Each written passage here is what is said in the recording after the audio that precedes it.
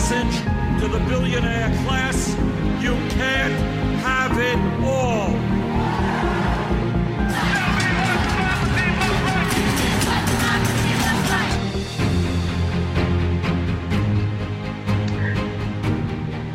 Yes. Welcome to the evolution of now. I'm just gonna let this music play out a little bit. It's quite triumphant. Oh, okay, it's over. Well, it was nice when it lasted. So I'm Jordan. I'm going to be your host for today. Quasi-host. I'm gonna need a little help from my great cast or co-host, whatever works for you. Start cast. I like cast better. We've been casted into this play. I'll vote you in. Just say your line. Don't deviate. But I'm joined. I'd like to start off with Aubrey, better known as Tensai. How you doing? Hello, I'm doing all right. Cool. Next up on the stage is Michael. How you doing, Mike? Better also. There you go. Also known as our UK correspondent. You're no longer our UK. You're not the senior UK correspondent. Yeah, you're just the UK correspondent at this point. So which one of you is the senior? Don't worry about it. We have younger. our sources. Oh, okay. You've somehow gotten younger. But in last, not least as well, but last but not least, I'm going to give you a very good intro here, Chris. This is Christopher. How you doing, Chris? Not talking to you anymore. That's all I'm saying. Great. That was in the script. We're just going to move on. No, seriously. How you doing, Chris? Yeah, I'm doing all right. I guess things have been trucking along, I suppose. But, yeah. All right. That's it. That's a term for you. Trucking along. Pretty much. So yeah, we're joined for another week of our rantings and ravings, which is, I like that. You like to say that, Chris. I like that. Give me a break. Wow. Okay. Wow. I'm that bad, huh? All right. So. Pretty much. Yeah, well, No. We're gonna. No, he just wants someone to join him in his patheticness. Oh, I see.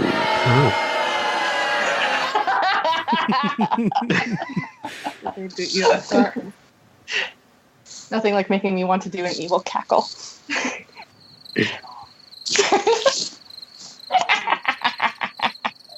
I'm sorry. But anyway. Okay, I'm sorry. I'll let you guys take it now. Anyway. Oh, okay. Let me get a hold of this operation. Okay, I'm the host this week. All right, so I'm just gonna steamroll along. You see, I'm a pretty tough host here. So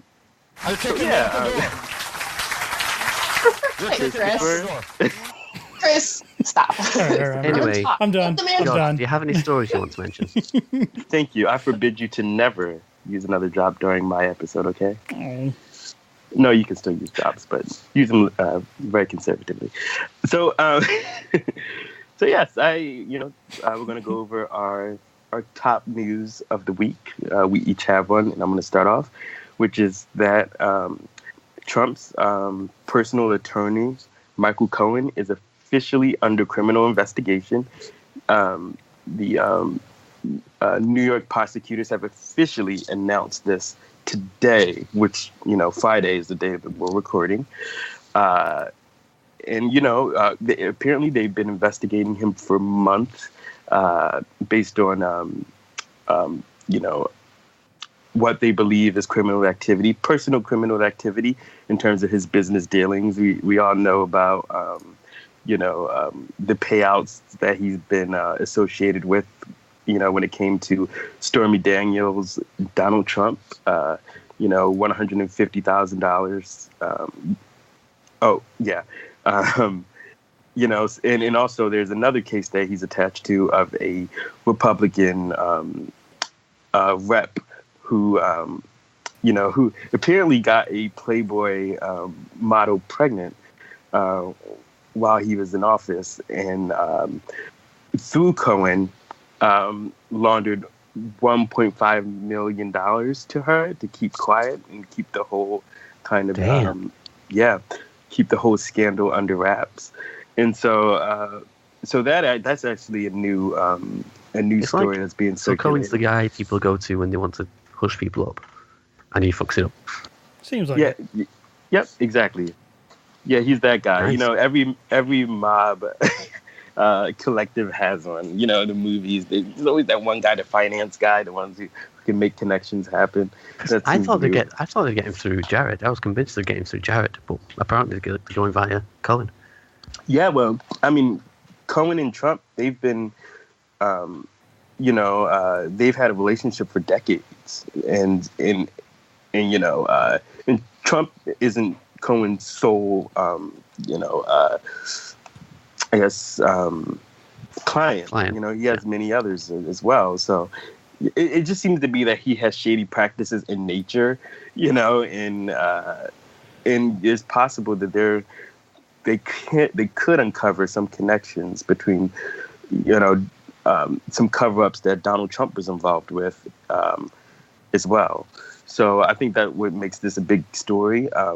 This was off of Special Counsel Mueller's his recommendation to New York prosecutors, basically saying that we have data here that could suggest that he's doing some illegal activity, through his personal business ventures, and we believe that this may be of interest to you. And because it doesn't necessarily align with Mueller's investigation in terms of Russia's interference with our election, he just kind of passed it along to New York prosecutors, and so they're kind of doing their due diligence on this one. So I wanted to bring that one up. Do you guys have any? Well, with regards to that, Mr. Trump has responded to Cohen's office being raided by saying this is an attack on our country. And apparently the FBI getting a warrant to raid a private person's home, a private person's office where they suspect criminal dealings is an attack on the country, which I think I heard somewhere that a German journalist actually commented that he hadn't heard anyone refer to anything like that since Nazi Germany. He was just baffled at Trump's response. And one of my favorites was he says, attorney-client privilege is dead. Yeah, look, your lawyer can't help you commit crimes. That's not how attorney-client privilege works, okay? Yeah. Well, and that's also why actually Mueller cooperated with another district attorney, I think in New York, to actually do the raid and to actually go through it and actually sort through the things which actually, are applicable to the case. So that way Mueller doesn't see any of those. It went through 4 or 5 high-level legal people before they did the raid because, the standard for evidence for it to raid an attorney is quite high. Oh, yeah. Yeah, I have... And, everybody that signed off on it was a Trump appointee. Shocker. But I have some quotes here from Trump. He says, "I just heard that they broke into the office of one of my personal attorneys. Good man. It's a disgraceful situation. It's total witch hunt. It's an attack on our country. It's an attack on what we all stand for. Sad. Baby sad. The Attorney General made a terrible mistake." Basically. So I'd like to remind everyone of a certain candidate in, I don't even remember what state, Christine O'Donnell, who released an ad that said, "I am not a witch." At which point, everybody turned around and asked, "Is she a witch?" Are you, in fact, a witch? Right. Sorry, it's just my favorite part of U.S. politics in the past decade. It's so amusing. I'm not a witch. Wait, are you a witch? Yeah. It has nothing to do with this other than that Trump used the word witch. And I just wanted to bring that up because I love that story. The badger's slightly drunk. Wow. Yeah. It's already there. I've had a bit of Bailey's. But last thing I wanted to mention on this, was that Trump is denying paying that he knew of payments to Stormy Daniels of $130,000 to keep her quiet, apparently. So he is still denying that part of this whole thing too. So. Well, yeah, I mean, it's in his best interest to, deny, because, him admitting that is basically, that's confession. That is confession. Exactly. And that is a crime. So yeah, I mean, that's what guilty people have to, they have to keep themselves protected in some way. So they just got to keep saying, no, I didn't do it until they, in fact, are found. If they hadn't used legal means to pay her in the first place, you could have just simply said, yeah, I had an affair. So what? Totally.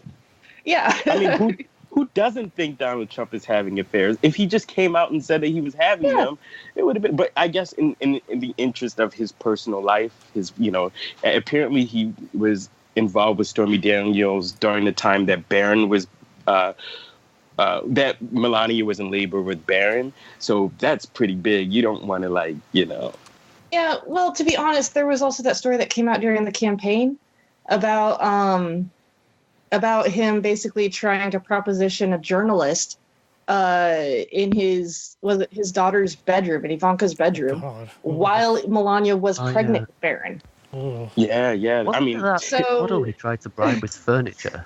Like he bought some furniture. Yeah. And they got mad. Yeah. So I mean, it's not like whatever. Yeah. It's not like him having an affair is a big shock to anybody, even Melania at this point. Right. Exactly. So. But what other news do we have? That's still in development. Yeah. So. Before we go any further, I'd like to say that we are having inclement weather here in Iowa.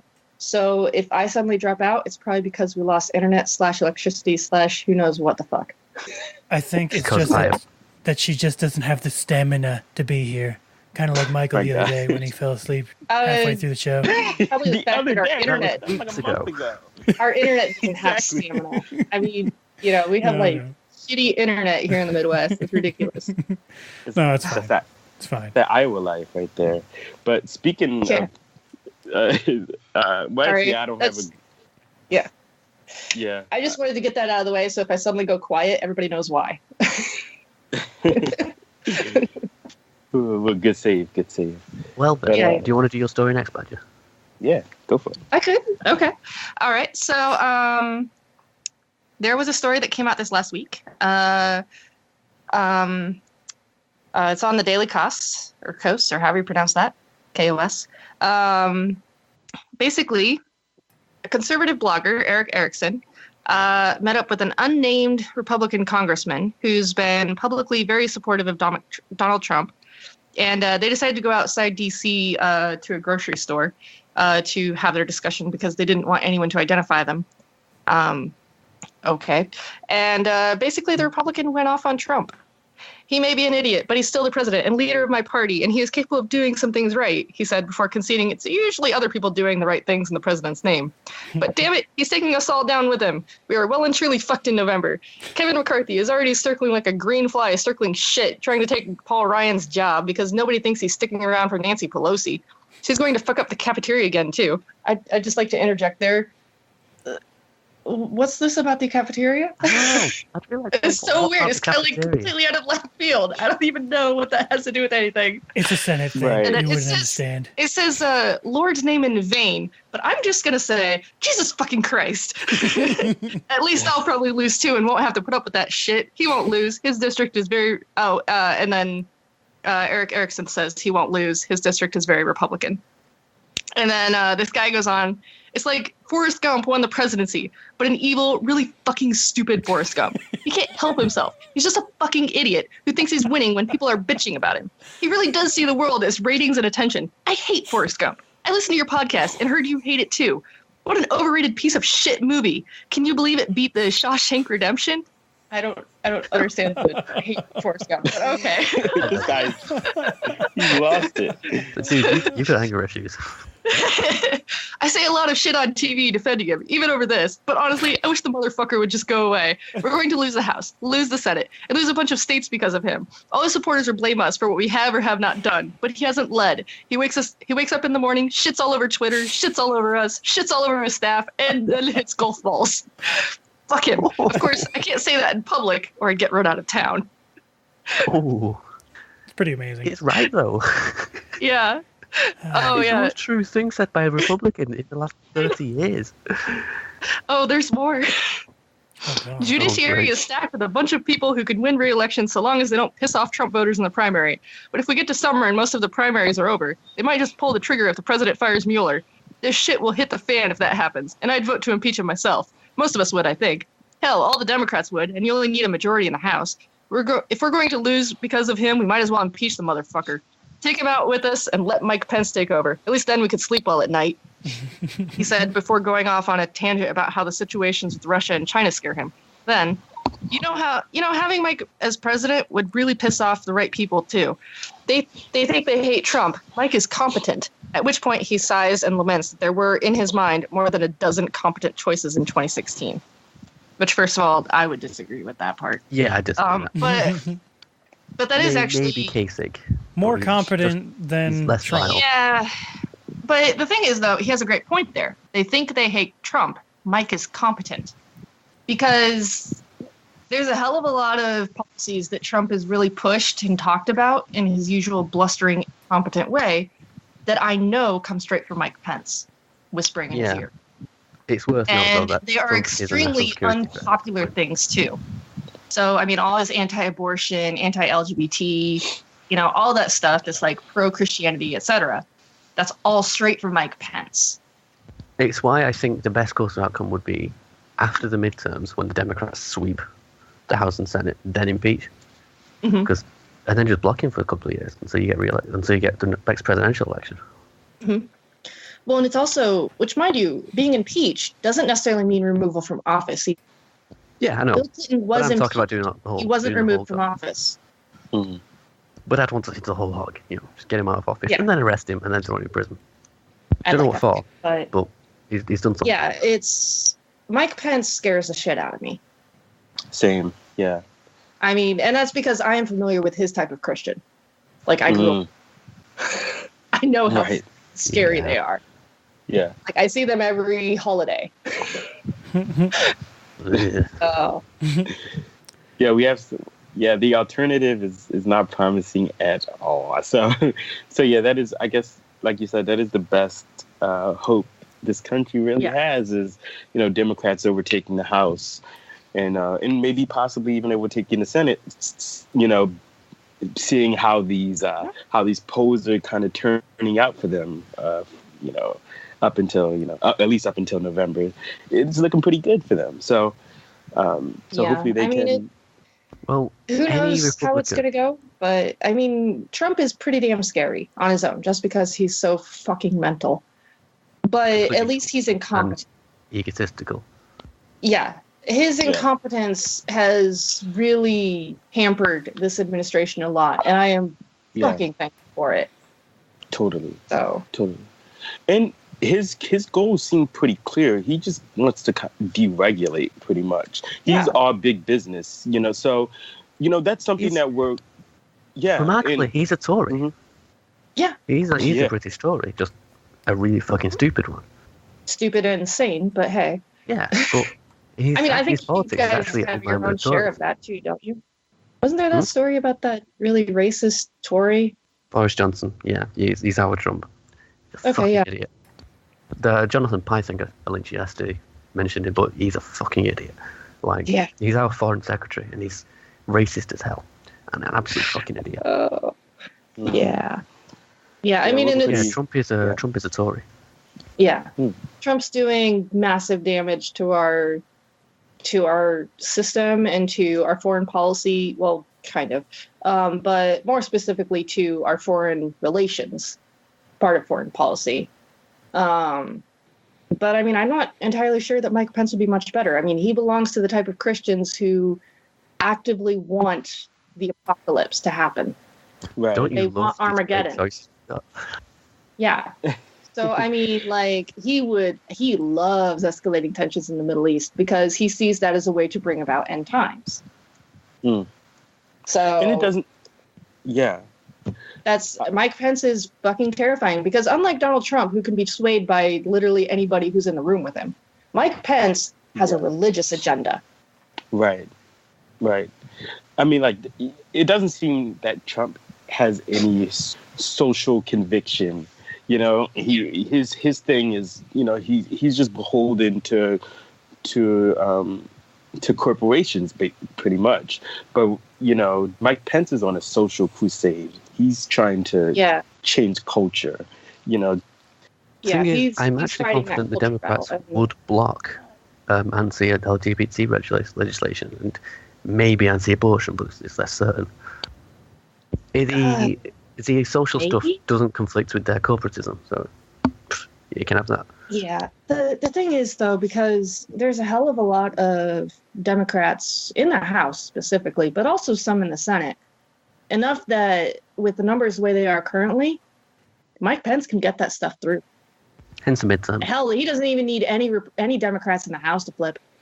But now, with the numbers there are. Don't forget, any Republican in the House with less than 20-point lead is shaky. Yeah, it really depends on how things proceed and how the public reacts. Because that's something that I think a lot of people are forgetting, is that it's kind of, it depends on what turnout at the polls actually is. Because people might feel that, especially because you have people talking about a 2018 blue wave. Well, that's nice and all, but you can't just assume it's going to happen. Yeah. Because by doing that, you might feel that, oh, well, I don't really need to make the effort to get out to the polls because, you know, obviously the Democrats going to win. Really? Are you sure of that? I'm not too worried about that. I'm worried about the other way around. That the Republicans go, oh my God, no, the Democrats, socialists are going to win. So they'll come out in droves. That's a bit of worry. Yeah, and Republicans are much better at turning out in midterms to begin with than Democrats are. So, to be honest, I am not certain as to what the actual difference is going to be in Congress come 2019. Well, that's just because it depends on how people react. It depends on how it's framed. And it depends upon the assumptions that people make. Though the recent elections have been promising. Yeah. I mean, mind you, I'm being a bit of a pessimist here, but that's because I don't want to. You can only get burned so many times in politics before you just give up. Yeah, the Democratic Party has not been inspiring hope in me lately. Yeah. And, I get glimpses of it here and there, and then they just squash it. Yeah. Yeah. I know. Brexit. I know. Yeah. True. Well, you know, we're definitely going to have to devote some more time to this topic in the future. But until then, how about you, Michael? Do you have any stories you would like to bring up? So, a very quick update. I've been doing my regular updates on the Skripal poisoning. The OPCW, that's the... I forgot what the name was without the acronym, but they're the International Chemical Weapons Body that regulates the use of chemical weapons worldwide and the lack of use, or should be lack of use. They've released their report on the Skripal poisoning, and they more or less confirm what the UK said. They've confirmed that it was definitely a Novichok nerve agent, and they've confirmed that the Novichok was of a very high purity to the level that's difficult to make for anyone who doesn't have access to the resources of like a military. So it was almost certainly a state that did it, not someone like a mafia or something like some people suggested. And for clarity there, OPCW is the Organization for the Prohibition of Chemical Weapons. That's the one, yes. So they're the UN body that monitors chemical weapons worldwide. So yes, Yulia Skripal, I'm probably mispronouncing that, but she's requested asylum in the UK because she's a Russian citizen. The Russians claim she's been held against her will, but they were stupid. No, and the British are obviously denying the Russians access because she's claiming asylum, and that's how it works. Sergei Skripal, the Russians are also claiming he's been held against his will, but he's a British citizen, so he doesn't need to claim asylum. So the Russians can go fuck themselves. They're claiming that the British government have abducted Sergei Skripal. He's a British citizen. You can't. Fucking hell. Anyway. They made him say so. That's what it is. Yeah. It's a conspiracy. Mm-hmm. But yeah, so that's how things are progressing. I think they're both out of hospital now, actually. A month on. That's interesting. Thankfully, everyone survived that attack then? Yeah. That's quite amazing. But, it's suggested there's reasons for that, like the nerve agent will absorb through the skin, which isn't the best way to absorb it. The best way is breathing in. But if they were wearing gloves or something like that, then it would, or if they washed it off their hands, it wouldn't have had the effect it should have had. Yeah. Perhaps. So that's how things stand at the moment. The OPCW report is out, so all the conspiracy theorists saying, wait for the investigation. Well, I've got the investigation now, so can you please get on board? Everything just sounds like Russia to you right now, Michael. I think that's what this is. You just hate Russia so much that everything has to be a conspiracy. I'm just so against Russia. But that's kind of the problem. It recently emerged that Russia was interfering in the Brexit vote. Russian money may have been behind the Cambridge Analytica vote in the UK, and that behind that scandal. And now Russia's poisoned some random couple of people in Salisbury, and now Russia are fucking about in Syria again. So it's just Russia being dicks everywhere, just dicks. Weird. That's so uncharacteristic of them. I think I saw something about Russia threatening that they will attack the U.S. military directly if they intervene in Syria again. Good luck with that. I didn't get a chance to actually look at it, but yeah, I think I saw that somewhere. Russia has this idea that they're relevant, but their economy barely matches Australia. Right. They have a higher military funding than the UK or France, but that doesn't really mean much when their economy is like half. They just don't have the economy to back up any kind of military threat. I mean, if you go through Russian history, it's been the trend for them. They have one of the largest countries on planet Earth, if not the largest country land-wise. And they've always been behind the times, especially like when the European Enlightenment type era happened, where democracy started becoming a big thing. Russia was way behind, and they were scrambling to try and stay relevant. And part of the problem that happened was the czars didn't want to come into the modern age at the time, and that ultimately led to their assassination and the toppling of the czars. The Cold War was only Russia versus the US because Europe was fucked. So Russia and the US were really the only ones left. Yeah, everyone was messed up after it, yeah.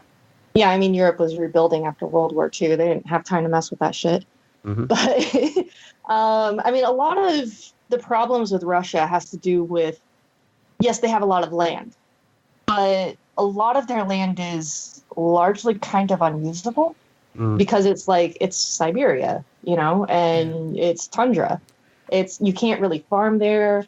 It's, Yeah, the soil's like frozen and everything. Land, so. And occasionally God throws a stone at them. Yeah, I mean, they've got like villages in Siberia that like are practically, they're living like 100 years ago, essentially, in the amounts of like the types of technology available to them. Because of, just simply they're so isolated and there's very little ways of getting things to them and making them relevant.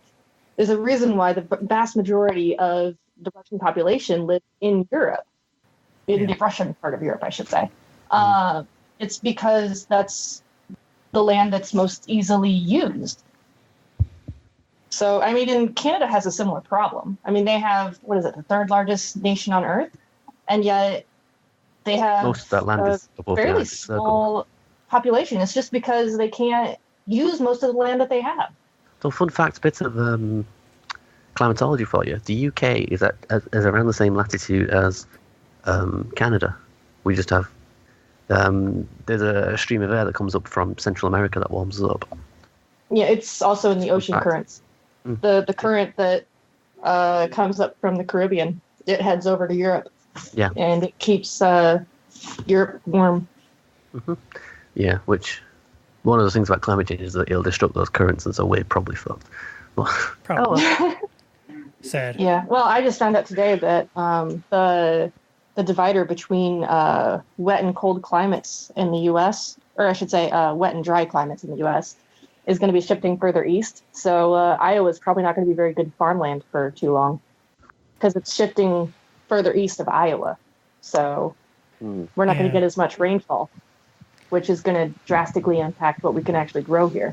It's not that we can't grow things, because, I mean, like, Nebraska is west of the 100th meridian, and they manage to grow things. I mean, they still produce stuff, but they don't produce stuff the same like we do here. So anyway. So in other words, tangent achieved. Tangent. Right. Achievement achieved. We made it.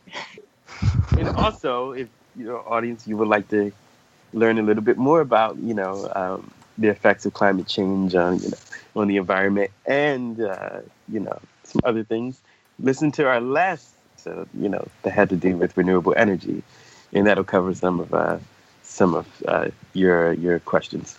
But moving on, Chris. The last thing, last but not least. the last story that I wanted to touch on briefly, at least, was another Donald Trump story, of course, because everything in the news is Donald Trump all the damn time, because we can't get rid of this guy. He's every goddamn where in this country, and it's just maddening. We are literally living in a dystopia today, with just because of the news on Trump at all times. But apparently, Trump has pardoned a man named Scooter Libby. Libby was convicted in 2007 of obstruction of justice and perjury in connection with an investigation into the leak of the identity of a CIA agent, Valerie Plame.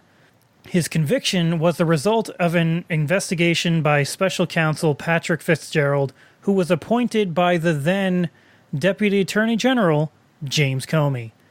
And if you guys have been paying attention to the news, James Comey was fired out of the FBI by Mr. Trump, because he was looking into dealings that Trump had during the election with the Russians, and that's what Mueller is still investigating into right now. And it's interesting how it seems to me he is trying to kill the credibility of James Comey and people associated with him, I would assume, in an effort to get at Mueller eventually and himself. But he fully pardoned him. President Bush actually commuted Libby's sentence back in 2007, which spared him jail time, but he did not get spared the conviction, the felony conviction, which was on his record then. And he had to pay a fine and do community service in conjunction with that. But Trump, in pardoning him, has expunged that conviction from his record completely. So that's off his record. So that's great news for him. But he's without a doubt trying to tarnish the James Comey legacy, especially on the heels of this new book that Comey released called A Higher Loyalty, which is, of course, like a kind of like a snarky title if anyone is aware of, Trump's correspondence with him. There's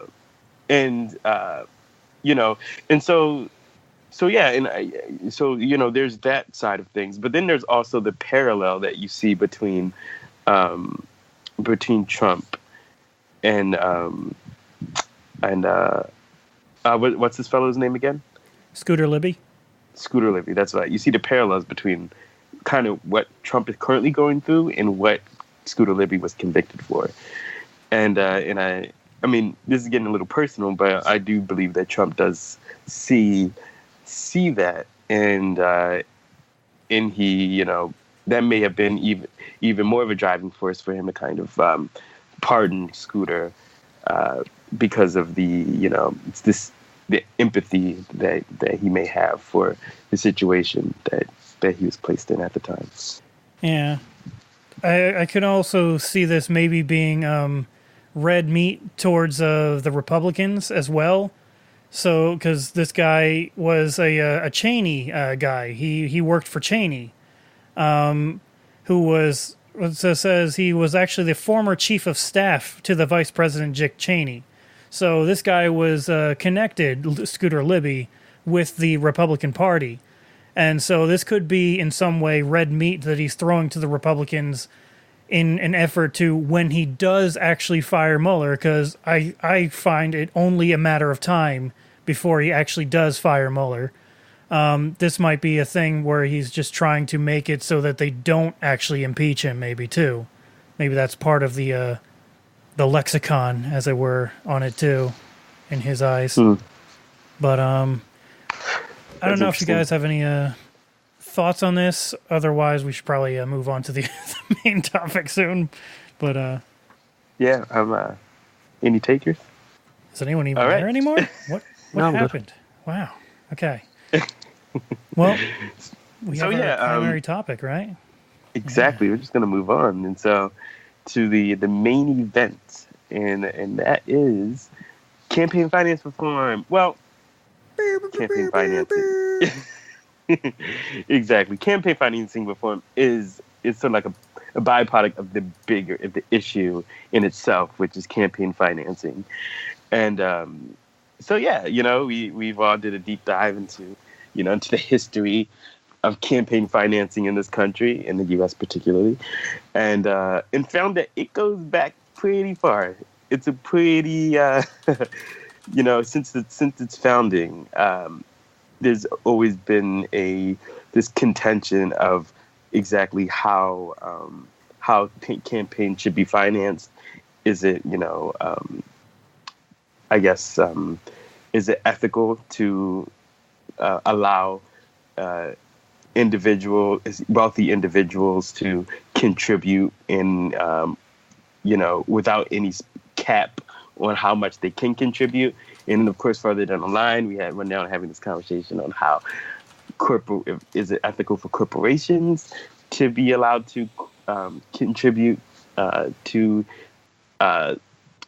candidates in their campaigns. So yeah, I know, since it does go back so far, and this is such a loaded topic, one that I wasn't even expecting to be so vast, and it did kind of blindside me. So there's actually a case that I know that's very pivotal, and one that, I asked y'all over, while we were trying to put this topic together about, and that's the Buckley versus Valeo. And now, of course, we're kind of skirting past the necessary history of campaign financing in this country and going right to the meat of it all, into why we are in the state that we are now, which is everyone left thinking, why are our politics so corrupted in terms of campaign financing? And apparently this case of Buckley versus Valeo is very pivotal into where we are right now. So, I actually believe one of you will be able to explain it a lot better than I can. So, if you can, appreciate it. The read that I've had on Buckley v. Valeo, I actually found a video on YouTube yesterday or the day before. It was actually a clip from a C-SPAN interview with a man named John Bolton, which you might actually know, who just got put into Trump's administration recently. He and this other guy were talking on C-SPAN about the Buckley v. Valeo case. John Bolton actually was a part of the the attorney's staff, I believe, that defended Buckley or represented Buckley in the case. And the other guy that was on the discussion on there was from the Valeo camp in there. And the interesting thing that I found from it, at least, was Buckley via Valeo seemed to be a lot about campaign contribution limits and spending limits for campaigns. And so what Buckley was trying to say through it was that it was unconstitutional to put spending limits on campaigns and also putting limits on the amount of money that people can donate to campaigns and everything. I can't remember exactly the full impact of the conclusion of it, but Buckley did win, I believe, in a few instances, a few parts of the whole. Where's my link? I can't. But yeah, it seemed a lot more dealing with limiting money and in so doing limiting free speech. And I guess this was the case that tied money as being speech, I think is the gist. I don't know if you guys would agree with that. No, absolutely. Yeah, I that's it. I mean, that's yeah. And I one thing I didn't notice is how partisan this issue really is, and how conservatives are very adamant with the idea that money does equate to free speech, and how strongly the left seems to be against these, Citizens United and any laws that are designed to try to loosen campaign financing. It's just wild to me. I just didn't know how partisan this issue really was. I'm just remembering, though, that the left isn't necessarily Democrats. That's right. Yeah. Yeah. I would also add that it's not necessarily terribly partisan among like the rank and file members of like the average, voters, but among specifically like party leaders, it is very partisan. But a lot of that has to do with the fact that opening up, increasing the amount of money that, outside spenders can spend in an election drastically benefits the Republicans and not the Democrats. So that's part of why you have that partisan break. Mm-hmm. I mean, there's a lot more Republican billionaires than there are Democratic billionaires. I mean, there's always so many Warren Buffetts. I'm not even sure if Bill Gates even gives to the Democratic Party. Whereas you have like the Koch brothers, the Mercers, like all kinds of other people. William Adelson. Is his name William? I don't remember. Adelson. That guy out in the casino magnate that propped up Gingrich for so long just because, I don't know. I don't even know what his reasoning was. But he didn't expect Gingrich to win. He just wanted him to damage other candidates. Tax cuts are an investment. So a company will pay $10 million into a campaign for tax cuts, and they get billions out of it, but in tax cuts, in reduced taxes. So for Democrats have to rely on ideology, people giving them money because they support Democrats, whereas Republicans, they can just appeal to business sense, which is really fucked up when you realize this is your election system. Yeah. Well, and that's why you also see a lot of Democrats basically appealing to big businesses as well. I mean, the pharmaceutical industry, the healthcare insurance industry, they massively invest in Democrats as well. And guess what they got out of it? A healthcare bill that massively benefits them. Mm-hmm. Which I just find ironic because Republicans swear it's socialist, it's killing the healthcare industry. No, it's actually built for the healthcare industry. Yeah. Well, it was also a Republican idea. Yeah, it came out of the Heritage Foundation. I mean, so it's not like it's something that Republicans, I mean, Grassley himself, like, actually advocated for essentially the, Obamacare before it was Obamacare. Yeah. In the 90s, that was what he had supported the individual mandate. I mean, that's what Mitt Romney put in place in Massachusetts. Massachusetts wasn't really impacted at all by Obamacare because it was the same fucking thing they already had. Well, so not to change the subject, but I just got some breaking news from people. President Trump has initiated airstrikes on Syria. And they've been launched in concert with Britain and French allies. And they're underway, like, right now-ish. Michael, recording. Answer for your people. Last I heard, Theresa May was waiting for instructions from Donald Trump, which... Why? Why would you wait for instructions from him? That gives you some idea of the UK's role in all this, and what the Tories insist on their role being. They just sit around and wait for America to tell them what to do because they're fucking idiots. Because apparently we've not learned to, we should really not rely on Americans for foreign policy. But apparently we haven't learned that yet because the Conservatives are fucking idiots. Yeah, between what was it? Tony Blair, David Cameron.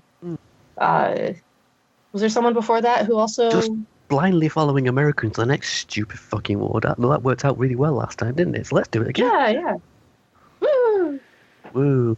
But that happened. So. Didn't mean to detract from our conversation, though. Here. No. That's important. It's a little important. I think we were off on a tangent anyway, but yeah. What do you mean, answer for your people? It's a blind, fucking blind. Well, I mean, you guys like to pretend you're so much better than us. Well, it's the blind leading the fucking stupid, let's put it that way. Okay. Because, I mean, you guys like to judge us for, putting Trump in office. I mean, literally nobody on here, voted for it. But, Brexit. There's Brexit. But and also, there's Boris Johnson. And then you guys just fucking follow Trump. Okay, you can't, sit there and go, God damn it, America, what the fuck are you doing electing someone like Trump? Oh, Trump says he wants us involved? Let's go get involved. Exactly. Really? Yeah, because what was that about? Actually, no, Badger. I'm staunchly supportive of Tory foreign policy. Yes, I know. Fucking idiots. Well, you know what they are? They are a bunch of cunts. Pretty much. Yeah, you definitely say that better than I do. Anyway, so where were we on this conversation? About how also the Democrats themselves are not innocent in this whole appeal to big businesses and just take their money and then pass what they want for policy.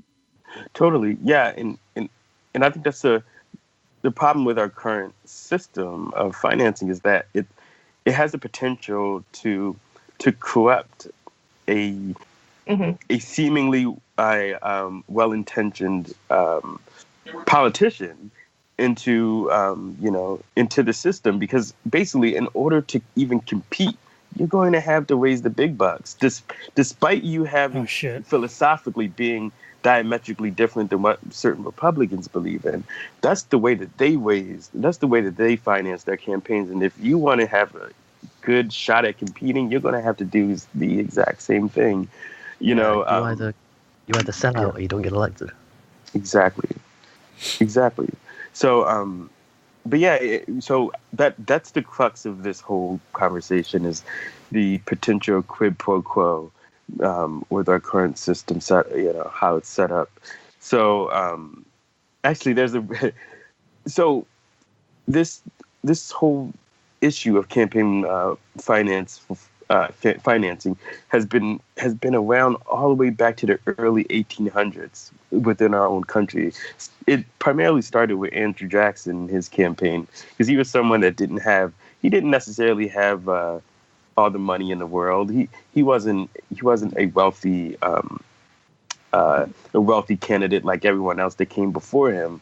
So he relied on basically grassroots. And also, so that grassroots also involved people handing out pamphlets, contributing to his campaign, in a way so that he was able to compete. And of course, that fared off pretty well because he wound up becoming our president. And that was all the way in 1829. And it's believed that was the first time that, the public contributed to a public campaign monetarily. I think in those early years of the country, they were financed by the person themselves, and so therefore only rich people with enough capital to actually buy into the race or whatever would probably be able to get in, right?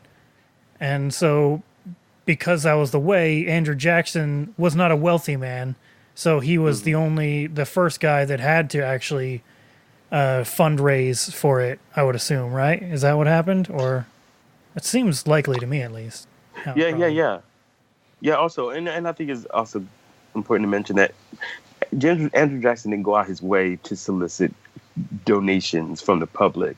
It was more of just this grassroots kind of gathering to kind of help bolster him. And like I said, passing out pamphlets, kind of just getting his message out there, was innovative in that day. But he was also one of the first to reward political loyalists with federal positions. And so of course that's something you see today. Yeah. And we have a deep seated history with campaign finance. And looking back through it all, there was never necessarily a time where things were perfect. It was always this up and down in terms of the dynamic of which side the needle kind of was on. But in 1907, throughout that, like after obviously Andrew Jackson and all of that, 1907 was when corporate money was actually banned from campaigns entirely. This was during Theodore Roosevelt's time in office, I believe, as well. Yeah. Teddy Roosevelt was infamous as being anti-corporate and antitrust. Yeah. He really pushed a lot of our antitrust laws as a nation. Yeah, and I guess who was the guy after him? I can't remember. The guy that... Taft, right? Is it Taft? It might be. Yeah, it was Taft. That's right. And then also Hoover and Taft and I think Hoover. Well, Hoover was later. Yeah, Hoover was after Coolidge. All right, but I guess after Theodore Roosevelt, some of these things started getting a little messy, I think, and then FDR also came in after they started messing things up, and he started changing things for the better again, I believe, as well. But I actually have a really good quote here, and it's from Mark Hanna, who was President William McKinley's chief fundraiser during his election, and that was a very important election when it came to campaign financing, because McKinley and Hanna were adamant about rewarding businesses that contributed to them, basically forming a very business-friendly agenda based on who contributed to his campaign and also his opponent as well. So apparently on both sides, they were very, adamant about, how these corporations be able to contribute and they'll get something back. But anyway, Mark Hanna has this quote, and it goes, and this is in 1896, and it goes, there are two things that are important in politics. The first is money, and I can't remember what the second one is. Money. God. I mean, he's not wrong. That's unfortunately, it's just, No, he's right. Yeah. Well, and I've volunteered for Wolf-PAC, Cenk Uger's group, to get money out of politics through a constitutional amendment. And I mean, we've got volunteers from like all sides of the spectrum, right and left, I mean, and it's because we all acknowledge that there's really no way to move forward if everything is just shut down before it can even begin because of money. You get money out and you can actually start to address issues, no matter which side of those issues you were on. I mean, there's a lot of money in a lot of things. Yeah. I mean, health insurance companies, they love birth control because guess what birth control access does? It decreases the amount of pregnancies that they have to insure and cover. It also, all that. So, I mean, they love that. Pharmaceutical companies love coverage of birth control because that means that people are actually buying their product. People buying their product on a regular basis, too. So it's a guaranteed customer. So if you're anti-birth control, well, you can't really address that problem until you get money out of politics. Now, sad news for them, they're a minority position and they're never going to get their way. But, I mean, they view these things the same way we do, in that money is the problem. And once you get past the money, once money is no longer an issue, then you're able to actually address the core issues themselves, because you no longer have the moneyed interest propping up things. Yeah. When it comes to our elections here, there's two different elections that typically happen here. The first election is the one that matters, and that's the money election. Whoever raises the most money tends to be the one that gets through to the general election. And so it goes to show, within our primary system, the person with the most money tends to win on either side. And so what happens is the people that are paid off the most by these corporations and these special interest groups are the ones that tend to win. So they, in essence, are the ones picking who we get to vote for in the general election. Mm-hmm. And that's how it tends to work. Mm-hmm. Yeah. Which means they dictate policy. Exactly. Right. And according to a poll that I found on oneissue.org, apparently 72% of Americans back bipartisan efforts to adjust money in politics, and that's that's people clearly. And there's another thing here that shows what was the determining factor to the issue that was paramount to why you voted, and from Democrats to Republicans to Independents, it seems like number one was money in politics to just about every party or every group. So it's something that everyone seems to be very concerned about, except everyone doesn't necessarily know how to tackle it in all of its problems. Like Wolf-PAC, for instance, it's the focus is to overturn Citizens United, but as we've discussed here, even with the Valeo case, it goes a little deeper. I should say so that's actually a misnomer, because Wolf-PAC they recognize that Buckley v. Valeo is the core problem that set the stage for Citizens United. So you basically, but either way, the only way to overturn a Supreme Court ruling is through a constitutional amendment. So they're pushing for a constitutional amendment to basically get money out of politics altogether, to create publicly financed elections. And, I'm sorry, I don't have the wording right in front of me. But, it's basically to create a publicly financed election system so that there's no outside money at all. It doesn't matter, there's no way for anyone to really contribute because everybody gets the same amount of money. Everybody's on an even playing field. Yeah.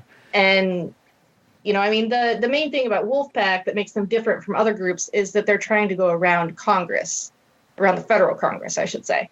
in that they're going to the individual states to call for a constitutional convention via the states and bypass Congress via, I think it's Article 5, Yes. an Article 5 convention. Yep. So, and by doing that, which Article 5 is by definition a limited convention. So everybody who goes in, who claims that, then it's like you could get a runaway convention. No, Article 5 itself, by specifically stating you're calling for an Article 5 convention, it must be on a specific issue. Yeah, and I've read a little bit about this too. Jordan, you posted a piece from medium.com earlier, and they were saying about this process thing. The vote for this does not happen at the convention itself. What happens at the convention is they draw up the amendment, and then after that point, 3/4 of the states have to vote in favor of it after the fact. So you need 2/3 of the states to vote to get the amendment convention to call for a happen. convention. Yeah, but you need 3/4 of the states to vote for it to actually make it law. It's the ratification process. We already have it where in Congress, if you want to pass a constitutional convention or constitutional amendment, you need to get 3/4 of Congress to vote in favor of it. Then the president has to sign it, and then it goes to the states to be ratified. And it isn't until 3/4 of the states ratify it that it becomes part of the Constitution. It's the same thing with the Constitutional Convention. Only thing is, instead of going through Congress, it goes through the states. The states call for a convention, and you have to get 3/4 of the states to actually call the convention into order. And then they draft up the constitutional amendment, and then it goes back to the states to be ratified by 3/4 of the states. So the only difference is it bypasses D.C. And we've actually come close to this at least twice in our history. I believe the first time was with direct election of senators, and the second time was with the women's right to vote. And both times, as soon as they got close to that 2/3 number of states that passed it, Congress passed the amendment themselves. Yeah, and exactly as the states had voted for it. Yeah. So it's doable. So it's doable, and it's not even necessarily most people, the thing is, though, even with Wolf-PAC, we don't expect it to actually a constitutional convention to actually be called. We expect to get close and then Congress to panic and pass it themselves, because that is exactly what Congress has done every single time, because they don't want to allow those states that amount of autonomy. And also part of it is if these guys in Congress don't vote in favor of this, their jobs are next, right? Because if if most of the country is saying we want this, and then they are the opposition to it, they get voted out next time they're up for election potentially. And and that's why the direct election of senators and the women's right to vote happened, was because they were terrified of what would happen if it went into effect, and they railroaded it. Yeah. They attempted to railroad it. Yeah. There have been 27 constitutional amendments so far, and more than half of those were preceded by they were preceded by calls for a Article 5 convention. And so this is showing you that this convention process does merit results. There are a lot of people on the left and the right saying that the Article 5 convention, they are buying into that fear-mongering of a runaway convention, that it's a bad idea to call for it. No, I completely disagree. It's propaganda being pushed by the Koch brothers. Exactly. By their Americans for Prosperity. In fact, actually, they've hit my local state Senate and House representatives' offices with a bunch of propaganda saying, "Oh no, runaway convention, be afraid, be afraid." And we're like, no, that's not going to happen. Iowa itself has already voted for passed a resolution for a balanced budget amendment. Yeah. The conspiracy theory itself apparently comes from... If that was going to happen, then why did you guys vote for that? We would technically already account for that. But no, it doesn't, because it's a limited convention by design. Yeah. But there's a society called the John Birch Society that was actually founded by Fred Koch, who is the father of the now Koch brothers that we have buying our elections, basically. He founded the John Birch Society, and they were the ones that actually started this smear on the Article 5 convention in the first place. So it is very much tied to the Koch family, and in turn the Koch brothers, because the Koch brothers have picked up the torch that their father lit in the first place. Yep. A man who made his fortune illegally selling oil to Russia, by the way. During the Cold War. During the Cold War. That's why it was illegal, because it was during the Cold War. Yeah. So yeah. Just for that for reference. Yeah, and groups on the left are falling victims to this. Like Common Cause is a group that's nominally, supposedly on the left side of politics that is trying to clamor for changes in our election system, but they have been hawking this fear mongering about the Article 5 convention and everything, and they have been trying actually to counteract the progress that people like the Wolf-PAC have made by going back to states that have already passed for the convention to try and revoke that in some way. So they've been actively trying to fight against this. And as we've said, it doesn't necessarily come to a convention ever. Congress needs to have a fire lit under their asses, and that's what the convention gives us. It gives the fire under them. The convention threatens Congress. So by giving them that threat, we're basically forcing them into action that they would not take otherwise. Yeah. Because there's no way Congress is going to pass this without that kind of threat hanging over their heads. They're just not.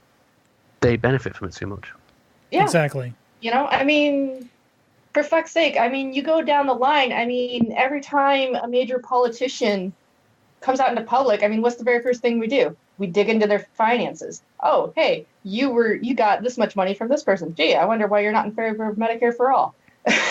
You got this much money from the big pharma. You got this much money from the health insurance lobby. Gee, I wonder why you're not in favor of Medicare for all. It's a common problem.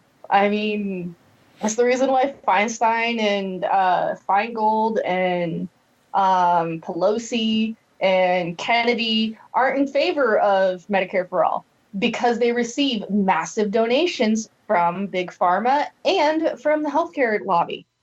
Yeah. Or health insurance lobby. They massively benefit from them. So of course they're not going to vote to depower them. Yeah, and there's a thing here from that Medium piece that will be linked here that I wanted to read here. It's about that one of the conventions that was being pushed for. History shows us that pressure from the states is an important and effective check against the federal government.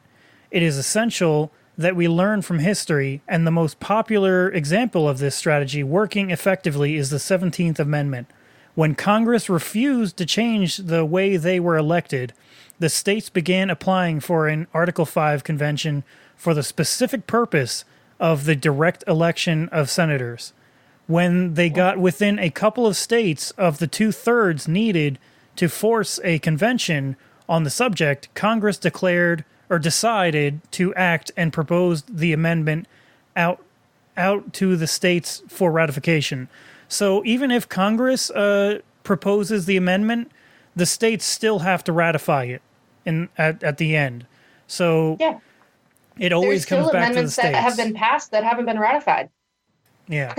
So it's essentially the same process. Either Congress writes up and proposes the amendment, or a convention does. And then they have to go to the states, and 3/4 of the states have to ratify it for it to actually become law.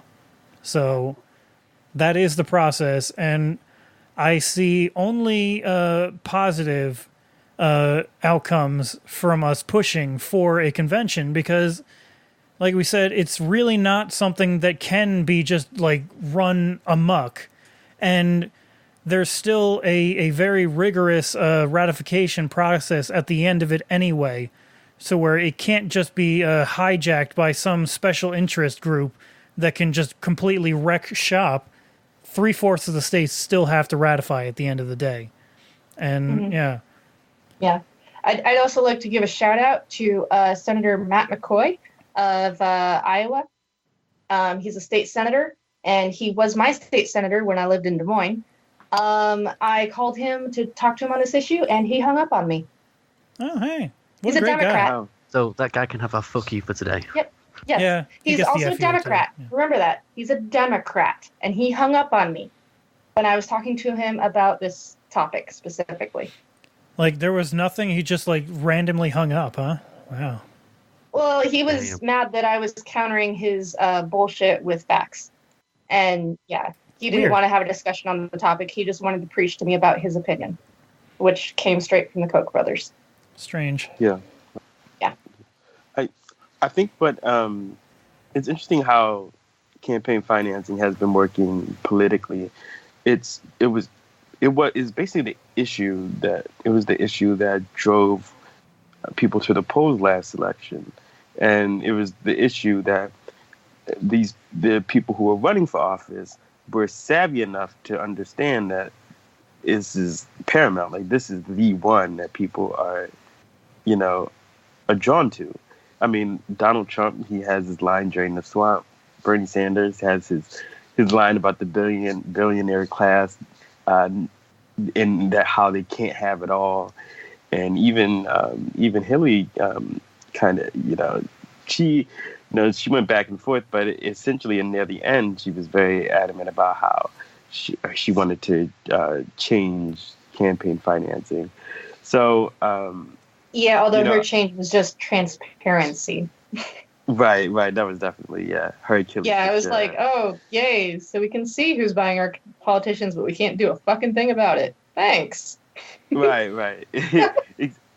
Exactly. Yeah. And I mean, mind you, she was just as bought off as Trump.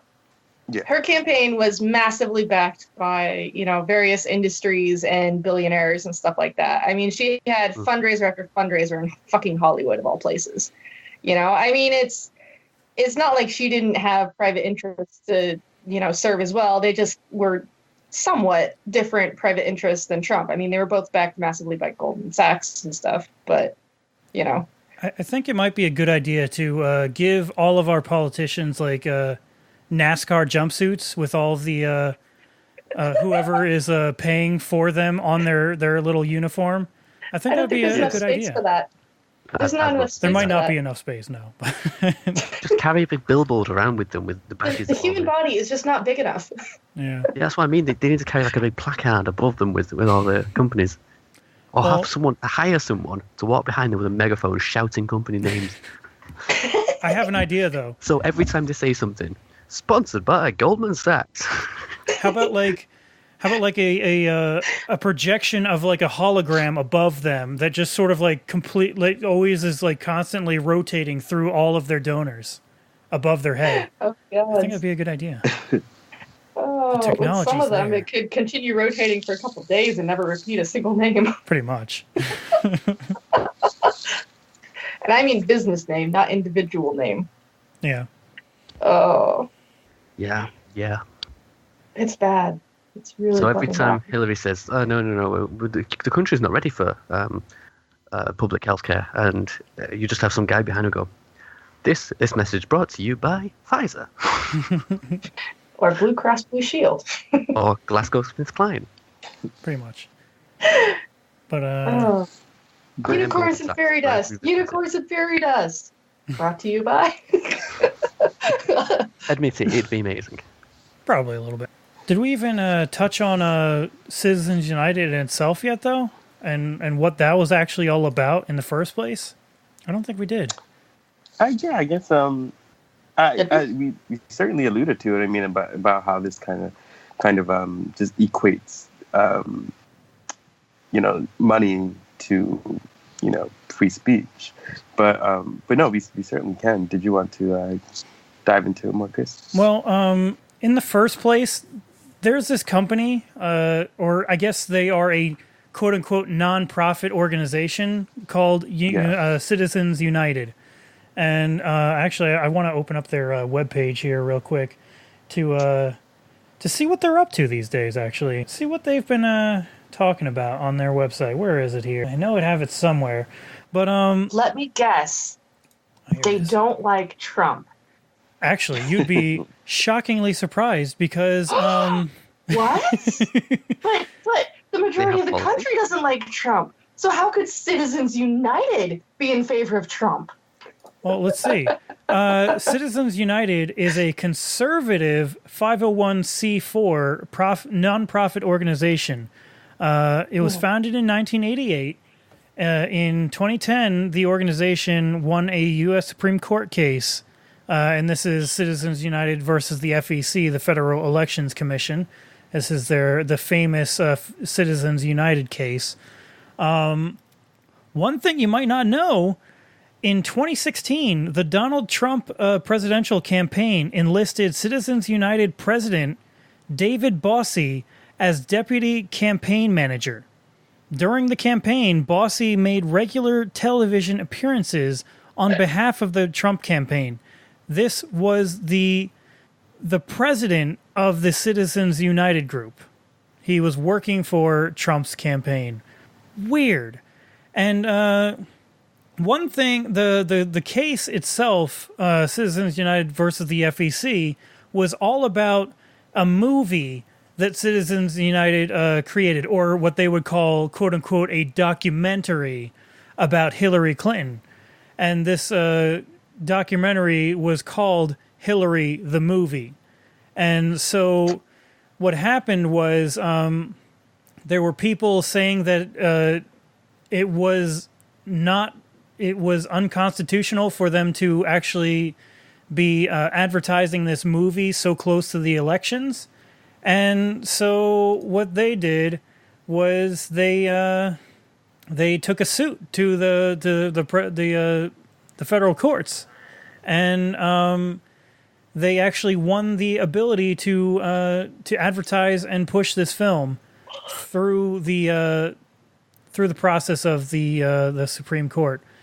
So it's really fun that they were able to do that.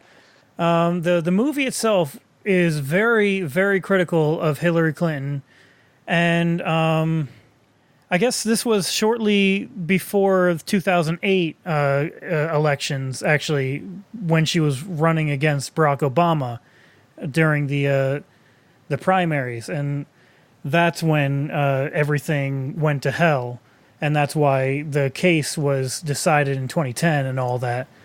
But yeah, this organization, right on their website here, they are hawking such things as let's see here, Citizens United for the Trump agenda. Tell Congress tax reform now, get it done in 2017. This hasn't been updated in a little while apparently, but they are pushing for the Trump agenda in return, or in terms of the tax reform. Build the wall, remove criminals, end sanctuary cities, enforce the rule of law. So they're in favor of the wall. What else is on here? It's time to appoint a special counsel to investigate Uranium One. This is the conspiracy theory that the right wing was pushing for a while, that the Clintons were selling uranium to Russia. When all that Uranium One is there's a company, I believe the company's name is Uranium One. What happened was Russia bought a share in the company itself. A controlling share in the company. A controlling share. Okay. Yes. And so this is tantamount, apparently, to the right wing as saying that we just sold uranium to Russia, when really all it is they bought shares of a company. That's it. There's Citizens United for the Trump agenda again here. Oh, man. Torchbearer, starring Phil Robertson. He is of fame of Duck Dynasty, I believe. He has a crazy beard, and this movie, if I remember correctly, is all about the Bible and how he's the torchbearer for Christianity in our world, or something like that. I highly recommend looking up Hugo and Jake's The Bible Reloaded's review of, or well, it's not really a review. It's Atheist Watch, the Torchbearer. It is hilarious, and you will enjoy it much more than watching the actual movie itself. Yeah. They also have on here, Stop the Liberal, supports freedom of speech, defend Citizens United. They're basically saying Dems should think twice before delaying Trump's Supreme Court nomination. And I guess this was during, the time of them going for what's-his-face. What the hell's the new guy's name? Gorsuch? Yeah. Or is it Gorsuch? Or is it... Gorsuch, yeah. Okay. Because the guy that Obama nominated was started with a G, too. His name started with a G. Yeah. I don't remember his name. Here's one thing that All I know is he was a really bad choice, too. Yeah. Here's one thing that a conservative himself. It was like, wow, we have a liberal president, and he nominates a conservative for the bench. Of course. It's worth noting, Obama left a lot of positions unfilled in the government in general. Yes! And so obviously, Trump's just filling them with conservatives. Mad conservatives. And that's what he does. Really, Obama should have been on top of this, because if you're going to another president, especially when Trump started running, you should really be filling these positions, because you can't leave them to a conservative. Conservatives will fill them. Maybe not Trump because he's an idiot, but conservatives will fill them, and they will stack it with as many conservatives as they can get. The absolute maddest of the mad. The problem was the Democrats were so confident that they were going to win because they were fighting, or they were against Donald Trump, that they were like, okay, we'll just wait till Hillary gets into office. We don't care. And so they put it off, and, well, they lost. But here's the one thing, though, that we may be able to actually agree with Citizens United on. It's time for Congress to pass a constitutional amendment for term limits. That is something that might actually make sense. They're talking in terms of Congress, I believe, in term limits for them. What do you guys think about that? So, as I was trying to say earlier, but apparently I lost connection. So originally there was a filibuster that was available for the Republicans to use against Obama's nominees for these positions. And so, of course, they filibustered it. And then later in his second term, they actually removed the filibuster from these nominees, basically from appointing these nominees. But then, when they removed the filibuster, the Obama administration didn't have a list of people to appoint to all these positions, despite the fact that it had all this time to compile a list. So it's really kind of a fault there. And sorry, I didn't hear what you initially said, what you just said, Chris, because I literally just got back on the call. Sad. Well, I was still recounting things on the Citizens United website here. I was saying that we might actually be able to agree with them on this one thing. They are calling for a constitutional amendment for term limits for people in the Congress. That might not be a bad idea in some regards, because some people in Congress can sit there for life, and that obviously it's easy for incumbents to stay in office. And so what happens a lot of the time is when someone's an incumbent for over 10 years, no one else vies for that spot anymore. They just give up, and they basically say, well, they've had it for this long. I don't think there's any way we can actually kick them out of office or push them out of office. So, oh well. And then they run unopposed in these elections. So that might be something that we can actually agree with Citizens United on. Yeah, and of course, there's also the fact that it's very much frowned upon to run in a primary against an incumbent, because then you're seen as basically being against your party. Yeah, but I mean, no matter who that incumbent is, I mean, even Paula Jean Swearengin running against Joe Manchin in West Virginia. I mean, Joe Manchin He's a so-called blue dog Democrat who votes with the Republicans like more than 50% of the time. But yet it's frowned upon for her to run because you're challenging a Democrat. Well, it doesn't even have to be an incumbent. It can just be someone who's supposed to win, like Hillary. Bernie's today regarded as being like against the Democratic Party because he had the temerity to run against her in a primary election. Which is funny because nobody treats O'Malley the same way. True. But I mean, mind you, he dropped out pretty early because he didn't have support. But, if Bernie hadn't run, he'd have probably got quite a bit of support. Because he was definitely to the left of Hillary. Mm-hmm. But also, it doesn't necessarily have to be people from the same party not running against them either. In some places, other parties just say, well, they've had it for this long and it's this color district, so there's no point in us even trying to run in this election. Yeah, and so obviously the Republicans are going to win, or obviously the Democrats are going to win. There's no point in even bothering trying. Yeah. Yeah. And so that helps solidify that incumbent staying in office for life. It's like Lipinski. There's not a Republican. The reason why he's going to be running against a Nazi in the general election is because literally nobody else in the Republican Party even tried because it's a Democratic district. A literal Nazi too. Yes, that is a literal Nazi. Yeah. Who happens to be more left wing than Lipinski, the Democrat. It was wasn't that fun one where you either voted for a Democrat who's anti-abortion or a Nazi, like actual or a Nazi who's pro-choice. Yeah. The Nazi is pro-choice. It's pretty amazing. Honestly, if I lived in that district, I'm not sure who I would vote for. And that's how bad it is. Wow. It's a tough decision. But and just to kind of wrap things up a little bit, and to bring it kind of back to campaign financing, the current system that we have set and how it's set up, it majorly favors the incumbent based on contributions.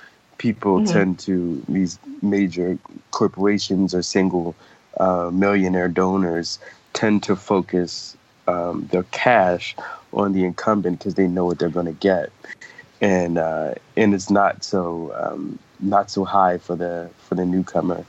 But yeah, I think we're gonna close soon. But I do want to. I would like to say, though, that even just getting the money out of it doesn't mean that the deck wouldn't still be stacked for the incumbent, because the incumbent has more name recognition, usually. Generally speaking, most people don't know who their House representative is. So it's not like that's really favoring them any. But, most people know who their senators are. Right. And so, the person with the most name recognition is obviously going to have an advantage. No matter how much money is involved. And that's why it takes a lot of money to overcome that. But at the same time, when you have money in the issue, the incumbent tends to get the majority of the money anyway. So it's not like having the money in there doesn't tip. It doesn't necessarily tip scales in the favor of the person challenging the incumbent as much as people might have thought back when Buckley v. Valeo was being decided. Yeah. So, it's kind of, it's a very difficult situation. When Bernie started running against Hillary, most people had no idea who he was or what he stood for. And he spent most of the primary just letting people know who he was. And, considering... a bleeding communist. Yeah, considering he had, 15% support when he first started running, when he announced his candidacy, the fact that he managed to get, 45% of the states by the time the convention happened, that's pretty fucking amazing. Yeah. I don't remember entirely, but I wouldn't be surprised if even some of the what were they, the superdelegates were already calling, before the elections, the primary even started, were calling for Hillary, because that was everyone was saying that basically, well, this is Hillary's, basically. And no one was going to stand a chance against her. It was just going to be hers. Yeah. They even said from the beginning that Hillary was really focusing on the superdelegates because it really hurt her last time that she didn't. Well, Hillary wasn't going to win the nomination regardless in 2008, even if she had actually focused on the superdelegates. yes, it was somewhat close, but there was no way she was going to close the gap by the time they got to the convention, even with the superdelegate support. Well, the Because problem... superdelegates, if they overturned the way the majority of states had voted at the convention, it would have resulted in a massive rebellion from the Democratic Party base. The problem with it, and that's though... something superdelegates are very concerned about. Yeah. The problem I see with it still, though, is part of the reason why I think that Hillary won over Bernie Sanders in the primary, though, this time around in 2016, was that the superdelegates called for her immediately, and then the news outlets just basically said, "Oh, she's far out in front, and it's not even close." So she's basically won. Well, and that's not necessarily how it works. They also had this really dirty trick of adding on the superdelegate count to the regular delegate count. Exactly. When they called the races, so they made it look like Hillary won states that she didn't actually win. Oh yeah, there was one. There was a state, I think it had like 11 delegates and then like 5 or 6 superdelegates. And Bernie won the delegate count by, well, he got like 60-70% of the vote or something, but then ended up with 2 less delegates. And there was even some people on like the media going, "Yeah, this is fucked up. This is fucking stupid." It might have been Fox News actually, but there was someone who's like, "Well, yeah, of course, stupid. Fox You won, News. But you lost." Because Fox News loves to shit on Democrats every chance they get, and I mean, when it comes to the superdelegates, they're not wrong. They're not wrong. And whenever you're saying that about Fox News, you need to really take a step back and go, "Wait a minute, is our system just fucked up?" Right. Pretty much. But yeah, I mean, regarding the last election, it was interesting how much the media did play its role because during the primary, Donald Trump actually didn't. He never got more than 30% of the Democratic or the Republican vote. Yeah, not only that, but in terms of campaign contributions, Donald Trump didn't get very much. But the one thing he did have was media attention, which was, brought him to prominence. And that accounts for a lot. Because the election season is when people actually start paying attention to political news. Right. People don't generally pay attention to it otherwise. It also didn't help that everyone hated Hillary. Or a lot of people hated Hillary, and a lot of people really didn't want to see her in. Trump no also... The profile of Trump's campaigning is also very strange. I read a thing about it, where Trump got a really large cash injection very, very late and did loads of campaigning in the key states, Michigan and the few ones. And it's expected, it's thought that had a massive impact, which it really shouldn't have done. Yeah, well, and especially when you consider that Hillary was practically starving a lot of those same states. I mean, Wisconsin, Michigan, she starved the Democratic Party in those states. She refused to let them have any money. She told them no. Yeah, I mean, she had people who were working for her campaign in those states who were saying, "We need money. We're at risk of losing the state." And they're like, "No, we got it. It's fine. We're not giving you any money." Right.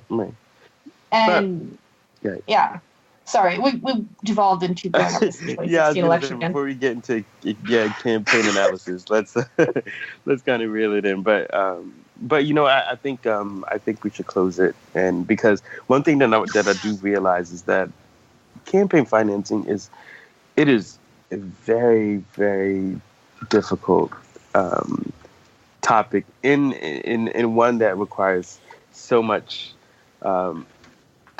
time and analysis in terms of trying to get it exactly where it needs to be. And I think, of course, one thing that we can all do is look at other countries and see what fares off best for them.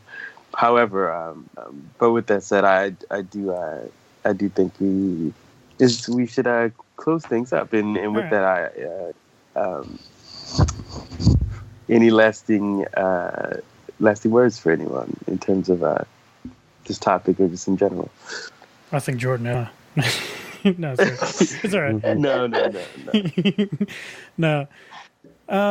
I do want to just put an update on the ongoing crisis right now.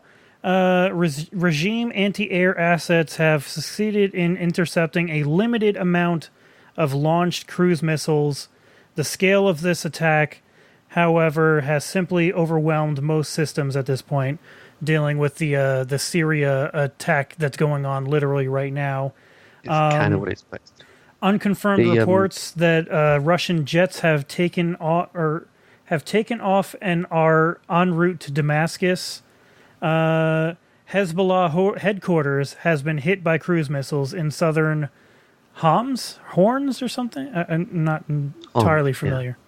Yeah. Mm-hmm. So it's pretty large. ISIS launches assault into Damascus from Yarmouk camp in the south of the capital as well. Oh my goodness. I would point out, whenever we find ourselves providing air support for ISIS, we ought to re-examine our priorities there. True. It's kind of what I expected, to be honest, because the Russians talk a big game, but actually their military is kind of shit. They never really had a chance of stopping American missiles. But they were saying that, yes, we're going to shoot down American. They never really had a good chance of doing that. Yeah, I think the real fear with Russia is the nuclear fear more than anything. Yeah, that's the only concern. So if Russia wasn't nuclear, it'd just be like a little yapping dog. It's like those little ankle biter dogs. That's like rap, rap, rap, rap, except someone strapped a bomb to it. So all of a sudden you're like, whoa, fuck. I need to get the fuck away from that thing. Mike is just dropping elbows now. It wouldn't be a problem, except you look, it's like shit. Well, Russia's defense spending is 100 billion. America's is 600 billion. The UK and France are about 70 billion each.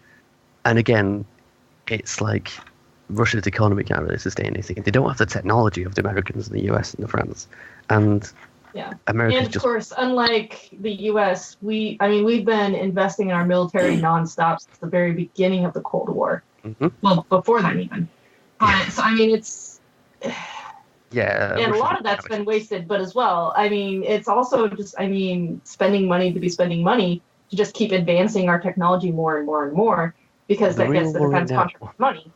But at the same time, that's resulted in us having like a military that's fucking unstoppable if you want it to be. The real worry now is what are Russia going to do in retaliation? Because Putin has to retaliate. He has to save face. We don't really know how. He's probably not going to use nukes. But well, he was threatening to directly attack U.S. forces, U.S. military, if we attack Syria again. I don't know exactly how they're going to go about doing that. My suspicion is he'll look at Estonia, Belarus, Ukraine, countries like that, and not directly invade, but he might pull a Ukraine, like a Crimea with them, where he's going to manufacture some kind of crisis and help ethnic Russians, that kind of thing. Ensure a democratic referendum, that kind of stuff. Oh man. Yeah. Or hell, there's that situation in Spain with Catalonia. God, my brain is like dying on me here. There's that whole situation there. There's tons of groups in Europe that would be more than happy to push for independence if they want, if they feel emboldened to. There's tons of targets for Russia to go after. Yeah. Mm-hmm. Russia. Just to cause trouble in Europe. It looks like we have our own separation. Our own separatist groups here in the U.S. Yeah, Russia's taking this as an act of aggression, and apparently they're calling Trump the next Adolf Hitler. And cruise missiles appear to be shifting north, targeting regime positions in Aleppo now too. So it's Well, this might be the end of the world, guys. Maybe we'll see you next week. Maybe you won't. It's we'll see. the end of the world as we know. If we still have blast radius. Oh no, I'm right in the blast radius. I'm on the edge of the crater. Goodbye, Mike. I think I might need to move further north. I might need to move further north. I'm not sure. If a missile hits Manchester, I am in the crater. Yeah. I mean, I'm it is pretty Iowa. close to Camp Dodge, so. You're in Iowa. I don't think so. I think Camp Dodge is actually a major military base, and it's actually like in Des Moines. No one cares, though. So No. there was actually, during the Cold War, there was a nuke from Russia pointed directly at Camp Dodge. Yeah. But I guess with that, It's a guys, nuclear target. yeah. I guess we got to get out of here. Yes, we do. But we will see you next week if the entire world doesn't explode. Yeah, I just we still wanna have say- a world, Yeah, if there's still a world. Yeah. if there's still a world, we're going to be doing about policing. I think. Hopefully. Or maybe, who knows? Maybe I'll be talking about the new Cold War. I think we're going to have to, probably. Mm. But, Yeah. Yay. Okay, we'll see. Yeah. But anyway, guys, you have a great week. Hopefully you survive with us. I just want to say before we go, Wolf-PAC, PAC.com. If you want to get involved, that's the website to go to volunteer at. We can always use more volunteers, pushing for reforming our convoluted campaign finance laws. All right. Is Jordan gone? He might have left at this point, but he probably had to go. Hey, sorry. No, I'm here. The whole time, I was actually muted the whole time I was speaking. Sad. Which is so Not sad. winning. But Fail. seriously, straight up, I deserve it. But yeah, yep. If we are still here, when I said if any of you had last words, I meant it. Wow. But So ominous, Jordan. Wolf-PAC.com. Might be too late for it by then, but you know. Wolf-PAC.com. Is that And don't forget the dash, because otherwise you end up on a completely different website. I'm worried now. I'm really worried to know what that is. All right, guys, let's go. Have a good night, guys. Bye.